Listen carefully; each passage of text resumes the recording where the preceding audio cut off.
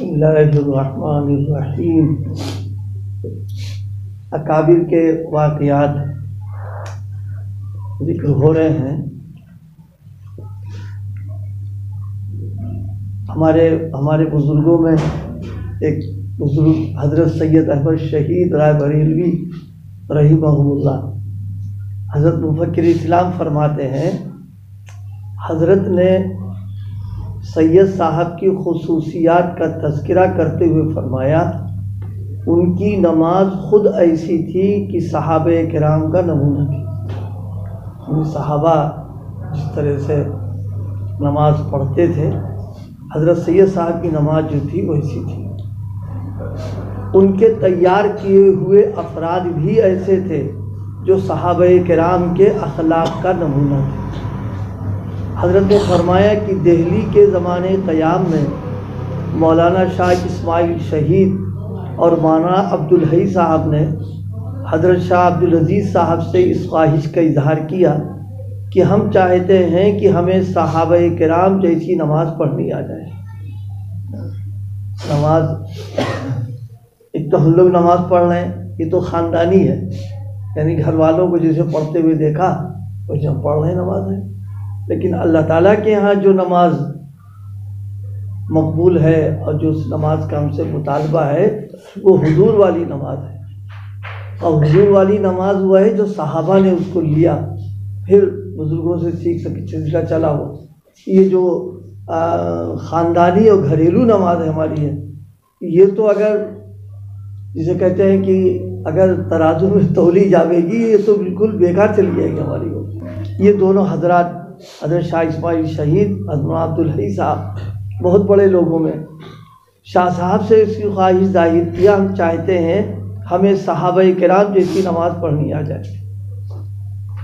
اس پر شاہ صاحب نے فرمایا، میں تو بوڑھا ہو چکا ہوں، مجھ سے توجہ کے لیے زیادہ دیر تک بیٹھا نہیں جا سکتا، تم فلاں جگہ چلے جاؤ۔ انہوں نے حضرت شاہ صاحب نے مشورہ دیا کہ سید صاحب کی طرف رجوع کرو، اور سبق کی بات یہ ہے کہ حضرت شاہ اسماعیل شہید رحمۃ اللہ علیہ یہ استاد ہیں، اور یہ سید صاحب جو ہیں یہ ان کے شاگرد ہیں، اور فرمایا رجوع کرو استاد سے۔ کہ بس حضرات نے فوراً، جن کو اس زمانے میں میر صاحب کہا کرتے تھے، شاہ سید احمد شہید رائے بریلوی کو میر صاحب کہتے تھے، اور اس خاندان سے استفادے کے لیے مقیم تھے، اس وقت ان کو اس کا خیال بھی ہوا کہ ہمارے خاندان ہی کے خوشاچی ہیں، لیکن شاہ صاحب کے کہنے سے حضرت سید احمد شہید کی طرف رجوع ہوئے۔ بالآخر یہ واقعہ پیش آیا کہ سید صاحب نے تہجد کے وقت ان دونوں حضرات سے فرمایا، جائیے اللہ کے لیے وضو کیجیے۔ یہ سنتے ہی دونوں کے جسم پر لرزہ طاری ہو گیا اور رونگٹے کھڑے ہو گئے۔ بڑی مشکل سے انہوں نے وضو کیا، پھر جب آئے تو سید صاحب نے کہا، جائیے اللہ کے لیے نماز پڑھ لیجیے۔ دو بات فرمایا، ہر مرتبہ ان پر لرزہ طاری ہوا، پھر جب نماز کے لیے کھڑے ہوئے تو ان کو وہ لذت محسوس ہوئی جو بیان سے باہر، صرف ایک نظر توجہ پڑی، اور بس اب ظاہر ہے جب ان دونوں حضرات کا یہ حال تھا تو جن لوگوں نے آپ صلی اللہ علیہ وسلم کی صحبت اٹھائی ہے اور آپ سے وہ نماز لی ہے تو خود ان کا کیا حال ہوگا اس کے اندر۔ یہ ہم سب کے لیے بھائی سبق کی بات ہے۔ ہم کو اپنی عبادتوں میں خاص طور سے نمازوں کے سلسلے میں مطمئن نہیں رہنا چاہیے، نہ اطمینان رہے کہ ہم سب صحیح پڑھ رہے ہیں نماز۔ اتنے بڑے عالم، اور انہوں نے خواہش ظاہر کی کہ ہم جو ہے صحابہ والی نماز جیسی پڑھنا چاہتے ویسی ہم پڑھیں۔ ہم کو بھی فکر کرنا چاہیے سب کو کہ ہماری نمازیں جو ہے وہ جتنی سنت سے زیادہ قریب ہوں گی، اور جتنا سنت کا رنگ زیادہ ہوگا اس میں، بس وہ نماز تو نماز کہلائے گی، اور جو نماز سنت کے رنگ پہ نہیں ہے بس وہ تو دنیا کہہ رہی کہ پنج وقتہ نمازی ہیں یہ، اور بہت اچھی پڑھ رہے ہیں اور یہ کر رہے ہیں وہ کر رہے ہیں، وہ رنگ تو ہے ہی نہیں، اسے اٹھا کے ٹوکرے میں ڈال دیں گے، لے جاؤ اس کو، یہاں ضرورت نہیں اس کی۔ حضرت سید صاحب کے بارے میں لکھا ہے، بزرگوں کو اللہ کا توکل کتنا ہوتا ہے، فرمایا کہ اسی زمانے میں قحط پڑا جس کے اثرات پورے ملک پر پڑے، یہاں تکیے پر بھی کئی وقت فاقے سے گزرے۔ ایک دن سید صاحب کے بھانجے مولانا احمد علی جن کا نام تھا، جو عمر میں بڑے تھے، بعد مغرب گھر سے نکل کر مسجد کی طرف گئے۔ وہاں جا کر دیکھا تو مسجد میں سید صاحب اور ان کے رفقا ذکر و مراقبے مشغول ہیں، ان کی دنیا الگ، اپنے لگے ہوئے، انہیں کچھ وہی نہیں کہ فاقہ ہو رہا، یہ ہو رہا، وہ ہو رہا، یہ اپنے سب لگے ہوئے۔ مسجد کے باہر ہی انہوں نے پکارا، بھائیوں کیا حال ہے؟ حضرت شاہ اسماعیل شہید نے جواب دیا، آپ بھی آئیے اور تماشا دیکھیے، یہاں ذکر و مراقبہ ہے۔ یعنی اللہ والے جو ہوتے وہ اپنے مگن، ان کو کیا ہے، کیا ہو رہا ہے، کیا نہیں ہو رہا۔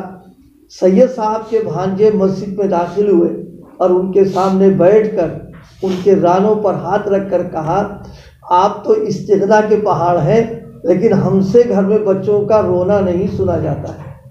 فاقے تھے، بچے رو رہے تھے۔ یہ سن کر سید صاحب نے اپنے پاس بیٹھے ہوئے لوگوں سے فرمایا، بھائیوں احمد علی پریشان ہے۔ یہ نہیں فرمایا کہ ہم ہیں یا کچھ، کہا یہ پریشان ہے، آئیے دعا کریں۔ دعا کے بعد جب سید صاحب نے اپنے چہرے پر ہاتھ پھیرا تو دریا کے دوسری طرف سے آواز آئی کہ ہمیں اتارو۔ اس وقت دریا چڑھا ہوا تھا۔ سید صاحب نے فرمایا کہ 2 آدمی جائیں اور وہاں سے ان کو لے آئیں۔ جب وہاں سے آئے تو انہوں نے کہا کہ ہم کانپور سے آ رہے ہیں، وہاں سے آپ کے ایک مرید نے آپ کو ہدیہ بھیجا ہے۔ یہ کہہ کر انہوں نے کچھ روپے پیش کیے۔ حضرت سید صاحب نے مولانا احمد علی کو بلا کر وہ روپے حوالے کر دیے کہ اس سے کھانے کا انتظام کیا جائے۔ انہوں نے کہا ہم روپے لے کر کیا کریں گے، ہمیں تو غلہ چاہیے۔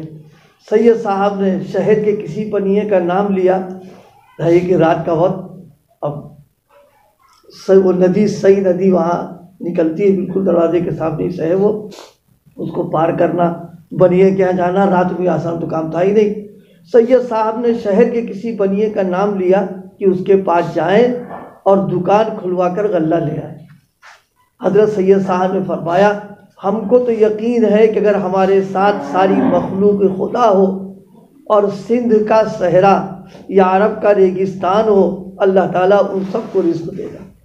یہ ہے اللہ پر اعتماد اور توکل کی بات۔ بھائی یہ خالی زبانی جمع خرچ تھوڑی نہ ہے، بہت مشقت و مجاہدے، ریاضتیں، اللہ سے تعلق اپنا مضبوط کیا انہوں نے، اور باوجود اس کے کہ لوگ فاقے میں تھے، لیکن سید صاحب اللہ کے بھروسے پر سارے معاملات کر رہے تھے اپنے۔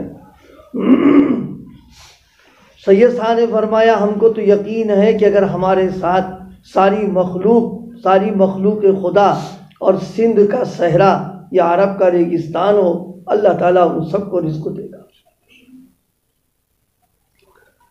بالا کوٹ میں رات کا وقت تھا، بالا کوٹ کی پہاڑیوں پر برف جم گئی تھی۔ اس کا اندیشہ تھا کہ اندھیرے میں چلتے ہوئے کوئی حادثہ پیش آ جائے، چنانچہ فیصلہ کیا گیا کہ قافلہ یہیں رات میں گزار دے۔ لیکن ظاہر ہے وہ پہاڑی اور برف، وہاں رات کو گزارنا آسان تو تھا نہیں۔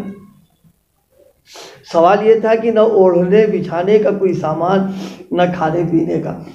سید صاحب نے فرمایا، میرے رب نے مجھ سے بہت سی مہمانیوں کا وعدہ کیا ہے، ایک مہمانی آج بھی ہے، یعنی اللہ پاک کرے گا انتظام۔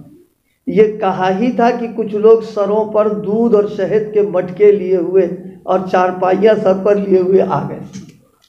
سبوں نے کھا پی کر آرام کیا۔ صبح کے وقت لوگوں نے کہا یہ سامان کہاں رکھا جائے، تو سید صاحب نے فرمایا یہیں چھوڑ دو، جس کا ہے وہ لے جائے گا۔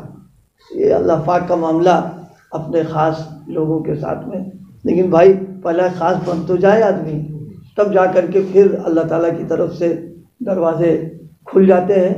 اللہ پاک بھی کسی کو بھوکا تو نہیں مارنا چاہتا، وہ تو ماں باپ سے زیادہ شفیق و مہربان ہے وہ، لیکن بندوں کے معاملات اس کے ساتھ اگر درست ہو جائے، ٹھیک ہو جائے، تو بس پھر تو کوئی مسئلہ ہی نہیں رہ گیا، تو کام آسان ہو جائیں گے۔ اللہ پاک عمل کی توفیق عطا فرمائے۔